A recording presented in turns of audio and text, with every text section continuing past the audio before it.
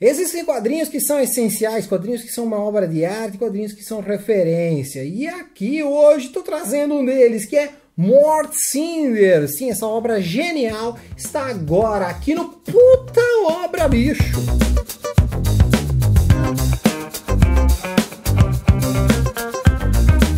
Fala galerinha, eu sou o André Giovanella, sejam bem-vindos ao Gibizinho Puta Obra Bicho. Eu tô falando de Mort Cinder. Sim, Mort Cinder é um quadrinho genial. Saiu já há alguns anos aqui pela editora Figura e vale muito a pena. Caso você ainda não leu, vá atrás, compre, leia, faça o que você quiser, mas não fique sem ler Mort Cinder. Vamos falar um pouquinho sobre Mort Cinder hoje, começando pelos autores, né? É um quadrinho argentino, né? Então se você é daqueles caras que Brasil melhor que a Argentina, você é um otário, né? Os quadrinhos argentinos são muito bons, inclusive para mim particularmente dão um pau nos brasileiros, mas enfim, o autor aqui, né, o principal é o Hector Hermann Oesterheld, né? Vocês já conhecem, fez Eternauta, fez muita coisa boa. E o desenhista é Alberto Breccia, que também fez o Eternauta, entre outras milhares de coisas. Inclusive tem Breccia saindo a torto e direito pela Comic Zone, né? Então vá atrás também aí, acredito que sejam bons quadrinhos. Não que eu tenha lido eles, mas se é Breccia, é bom. Vamos começar com a sinopse dessa belezinha. Então vamos lá. Mort Cinder, o homem das mil mortes, ergue-se uma vez mais de sua tumba, junto ao pó de suas roupas, todo o peso da saga humana sobre a terra, as obras da Torre de Babel, os navios do tráfico de escravos, as trincheiras da Grande Guerra, a Batalha das Termópilas. Mort Cinder esteve em meio a tudo isso e volta ao mundo dos vivos para contar. Então isso aqui é um quadrinho que saiu originalmente na revista Mister X entre 62 e 64. Deus falando assim, oh meu Deus, deve ser muito atrasado, deve ser um caos. Cara, assim, a leitura eu gostei bastante, obviamente, né? É uma puta obra pra mim, um quadrinho espetacular, né? Não tem como. Ele é um quadrinho meio pesado pra ler, eu demorei muito pra ler, demorei quase um mês inteiro pra ler ele inteiro. E tem umas 200 páginas, mas, cara, é aquela obra que você lê e você vai apreciando e vai amando a cada página aí, mesmo com um monte de texto. Então, caso você é um daqueles chato que diz assim, tem muito texto, cara, aqui tem muito texto, e todo o texto aí é muito bom, assim, ele é muito bem escrito. E o desenho é um espetáculo, não tenho o que falar. Uma obra de arte a cada página virada. O que nós temos aqui então? A história começa com o Ezra Winston, que ele é o dono de um antiquário em Londres, e lá um relógio voltou a funcionar, né? Tava lá parado, voltou a funcionar, e daí ele recebe um amuleto ali do meio que do nada, e ele vai criando uma história na cabeça dele, porque o amuleto vem embrulhado num jornal dizendo que o assassino Mort Cinder vai ser enforcado hoje.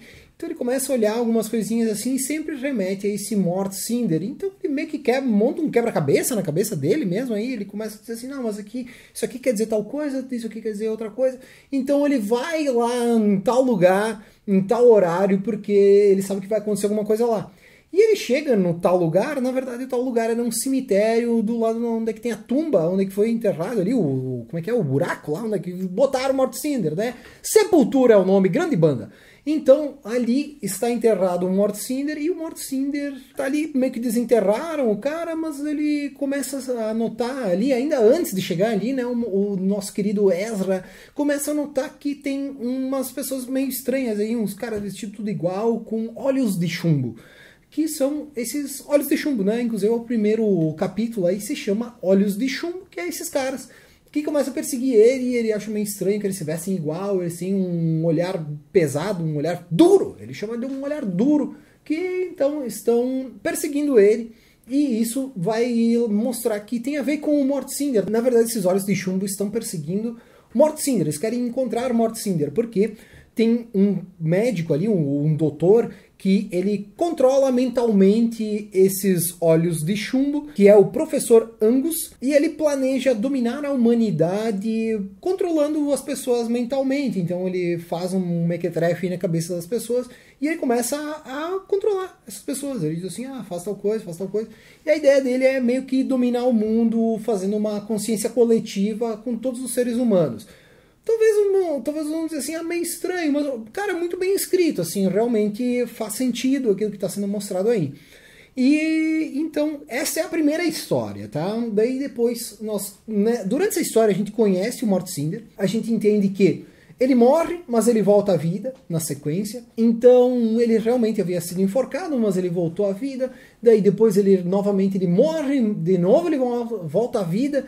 Então ele é um cara que morre, mas volta. Por isso que ele é o Homem das Mil Mortes. Porque ele realmente morreu milhares de vezes e voltou na sequência.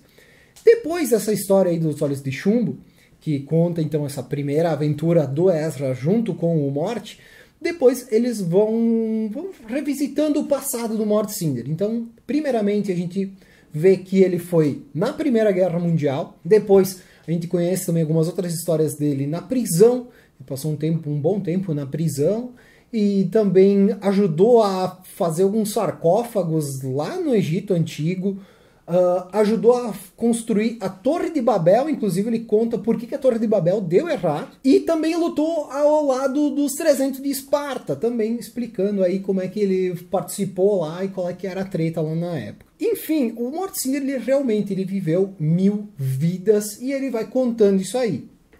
Tem algumas formas, assim, a primeira forma como que ele revisita o passado é bem interessante, assim, para mim foi bem diferente e genial, assim, realmente, não vou necessariamente dar um spoiler, mas ele viaja no tempo e ele leva o Ezra junto, né, e isso é bem legal, achei um negócio bem diferente e até achei meio uma pena que as outras vezes ele não fez do mesmo jeito, né, quando que ele tem os seus flashbacks aí, ele não fez da mesma forma. Mas enfim, não torna a história ruim por ele não usar esse mesmo recurso. Indo para a arte do Brett. Bom, a arte do Brett, assim, eu já tinha visto algumas coisas, né, algumas artes dele, assim, mas tinha achado bonito, mas não nada que me saltasse os olhos, mas aqui realmente me chamou muito a atenção.